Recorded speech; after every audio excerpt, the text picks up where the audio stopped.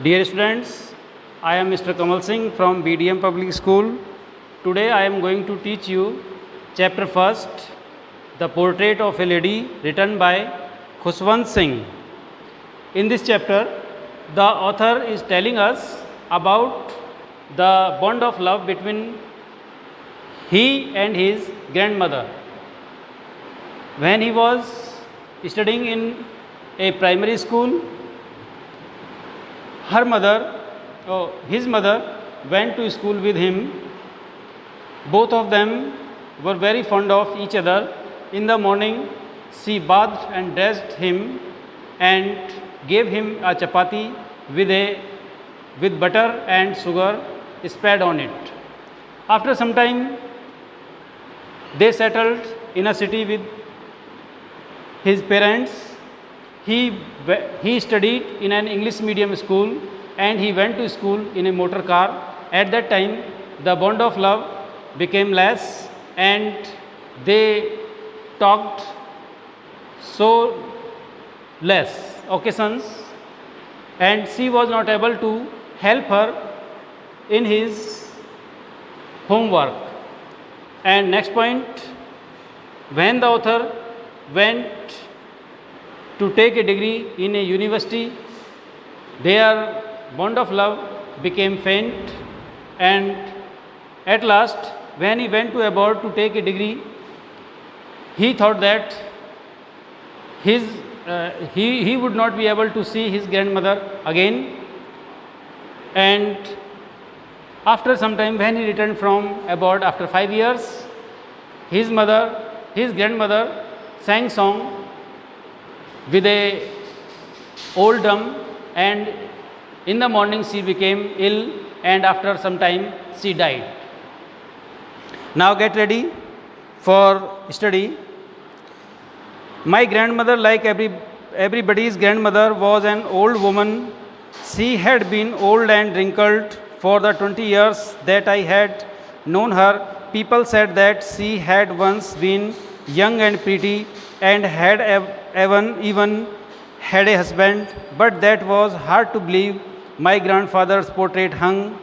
It means the author is telling us about the appearance of his grandmother, that her face was full of wrinkles and she appeared very old. My grandfather's portrait hung above the mantelpiece in the drawing room. He wore a big turban and loose-fitting clothes. Her long white beard covered the best part of his chest, and he looked at least 100 years old. He did not look the sort of person who would have a wife or children. He looked as if he could only have lots and lots of grandchildren. As for yes, here the author is telling us about the appearance of his grandfather. He told us that the portrait of his grandfather was hung in the drawing room over the mantelpiece, and he wore a big turban on his head and loose-fitted garments. He had long beard which covered the best part of his chest. And his grandfather looked very old. As for my grandmother, being young and pretty, the thought was almost revolting. She often told us of the games she used to play as a child that seemed quite absurd and undignified on her part, and we treated it like the fables of the prophets she used to tell us. The author is telling us when his grandmother used to tell the sports and games of her childhood, he was not able to believe them. She had always been short and fat and slightly bent. Her face was a crisscross of wrinkles running from everywhere to everywhere. No, we were certain she had always been, as we had known her, old, so terribly old that she could not have grown older, and had stayed at the same age for 20 years. She could never have been pretty, but she was always beautiful. She hobbled about the house in spotless white with one hand resting on her waist to balance her stoop and the other telling the beads of her rosary. Her silver locks were scattered untidily over her face, puckered face, and her lips constantly moved in inaudible prayer. Yes, she was beautiful. She was like the winter landscape in the mountains, an expanse of pure white serenity, breathing peace and contentment. It means the author is telling us about the appearance of his grandmother. He is telling that her face was full of wrinkles, and she used to walk hobbling in his house, and she rested her one hand on her waist to balance her stoop, and in her other hand she had beads of rosary in his fingers. All the time her lips moved in an inaudible prayer. My grandmother and I were good friends. My parents left me with her when they went to live in the city, and we were constantly together. She used to wake up me in the morning and get me ready for school. She said her morning prayer in a monotonous sing song while she bathed and dressed me in the hope that I would listen and get to know it by heart. I listened because I fetched my wooden slate. I listened because I loved her voice but never bothered to learn it. Then she would fetch my wooden slate, which she had already washed and plastered with yellow chalk, a tiny earthen ink pot, and a red pen, tie them all in a bundle, and hand it to me. After the breakfast of a thick stale chapati with a little butter and sugar spread on it, we went to school. She carried several stale chapatis with her for the village dogs. It means the author is telling us that his grandmother made him ready in the morning. She bathed and dressed him, and she gave him a bread, stale chapati with sugar and butter, and both of them went to school lovingly. She carried some chapatis, stale chapatis for the village dogs. Next, my grandmother always went to school with me because the school was attached to the temple. The priest taught us the alphabet and the morning prayer, while the children sat in the rows of either side of the veranda singing the alphabet or the prayer in a chorus. My grandmother sat inside reading the scriptures. When we had both finished, we would walk back together. This time the village dogs would meet us in the temple door. They followed us to our home, growling and fighting each other on for chapatis we threw to them. It means the author is telling us that his grandmother went to school with him because the temple was attached to the school, and the priest taught them morning prayer and alphabet.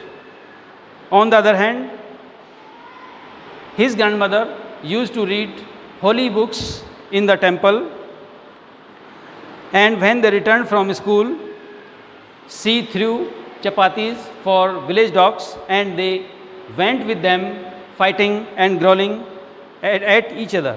Next, when my parents were comfortably settled in the city, they sent for us. That was a turning point in our friendship. Although we shared the same room, my grandmother no longer came to school with me. I used to go to an English school in a motor car. There were no dogs in the street, and she took to feeding sparrows in the courtyard for our city house. Now, there was a turning point in their life. Their parents sent for them in the city, and the author went to school in an English medium school in a motor car, and there were no village dogs, so she used to feed sparrows in their city house. As the years rolled by, we saw less of each other. for some time she continued to wake me up and get me ready for school. When I came back, she would ask me what the teacher had taught me. I would tell her English words and little things of science, Western science and learning, the law of gravitation, Archimedes principle, the world being around, etc. This made her unhappy. She could not help me with my lessons. She did not believe in the things they taught at the English school and was distressed that there was no teaching about God and the scriptures. One day I announced that we were being given music lessons. She was very disturbed. To her music had lute association. It was the monopoly of harlots and beggars and not meant for gentle folk. She said nothing, but her silence meant disapproval. She rarely talked to me after that. Lewd का means है indecent यानी तुच्छ काम था, और हार्लोट्स का means होता है प्रोस्टिट्यूट्स, वेश्या हैं. When it means when her grandmother came to know that her grandson is learning Western science and English literature, she was unhappy. And when she came to know that her grandson is learning music classes, she became disturbed, and she announced that these are the occupations of prostitutes only, not for the gentle folk. When I went up to university, I was given a room of my own. The common link of friendship was snapped. My grandmother accepted her seclusion with resignation. She rarely left her spinning wheel to talk to anyone. From sunrise to sunset, she sat by her wheel spinning and reciting prayers. Only in the afternoon, she relaxed for a while to feed the sparrows. While she sat in the veranda, breaking the breads into little bits, hundreds of little birds collected around her, creating a veritable bedlam of chirpings. She came and perched on her legs, others on her shoulders, some even sat on her head. She smiled but never shooed them away. It used to be the happiest half hour of the day for her. Shooed away means drove away, वो उनको नहीं भगाती थी. बेडलैम का means है noise, शोर. वर्टिबली means real, और seclusion means solitude.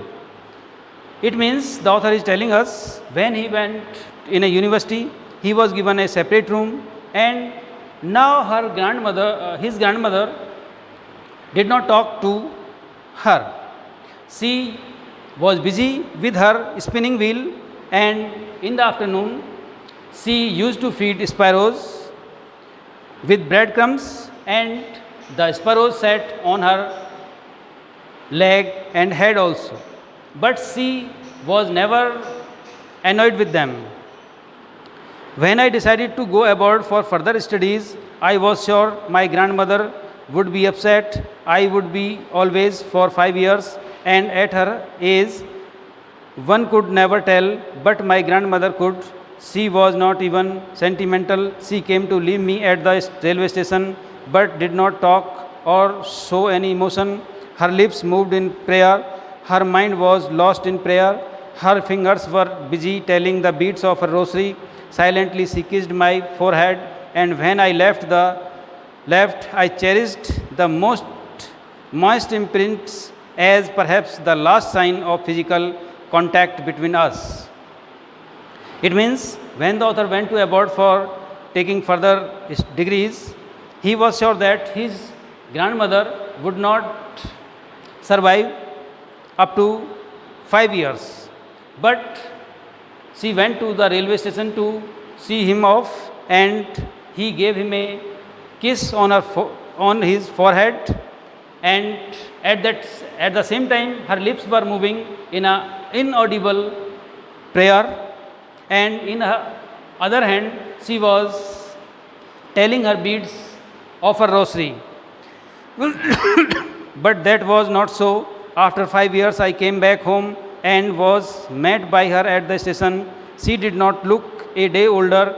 She still had no time for words, and while she clasped me in her arms, I could hear her reciting prayers. Even on the first day of my arrival, her happiest moments were with her sparrows, whom she fed longer and with frivolous rebukes.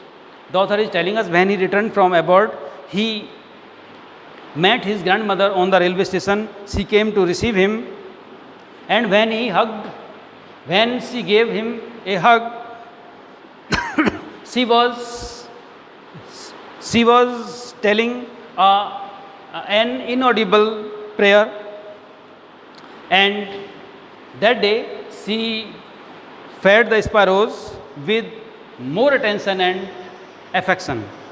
In the evening, a change came over her. She did not pray. She collected the women of her neighborhood, got an old drum, and started to sing. For several hours, she thumped the sagging skins of the dilapidated drum and sang of the homecoming of warriors. We had to persuade her to stop to avoid overstraining. That was the first time since I had known her that she did not pray. When when her grandson came from abroad, she became very happy, and she collected the women from his neighborhood, and she sang songs with a old and tattered drum. She sang songs of homecoming warriors, and they had to persuade him to stop the songs. The next morning she was taken ill. It was a mild fever, and the doctor told us that it would go, but my grandfather thought differently. She told us that her end was near.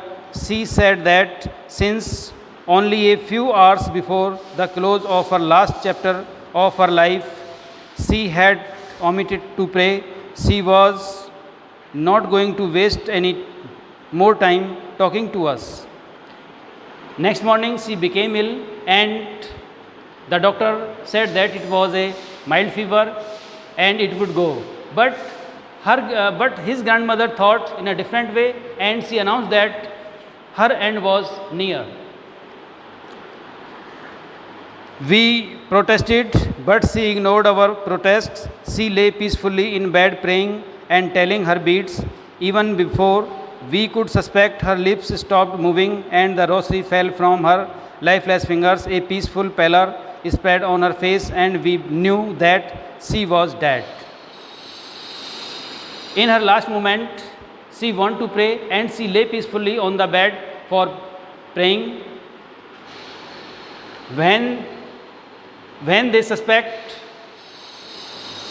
her lips stopped and the rosary fell down from her lifeless fingers, and they came to know that she was dead.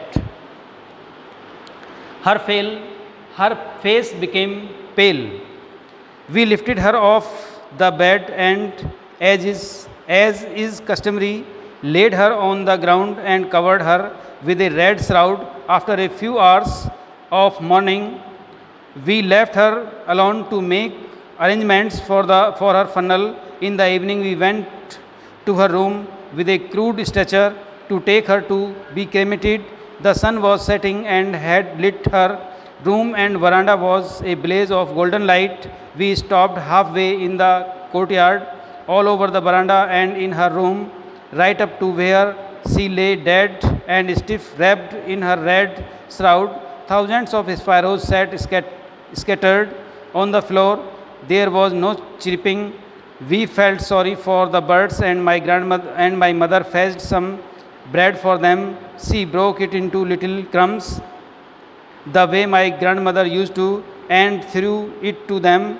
The sparrows took no notice to the bread. When we carried my grandmother's corpse off, they flew off quietly. Next morning, the sweeper swept the bread crumbs into the dustbin. It means the author is telling us when his grandmother died,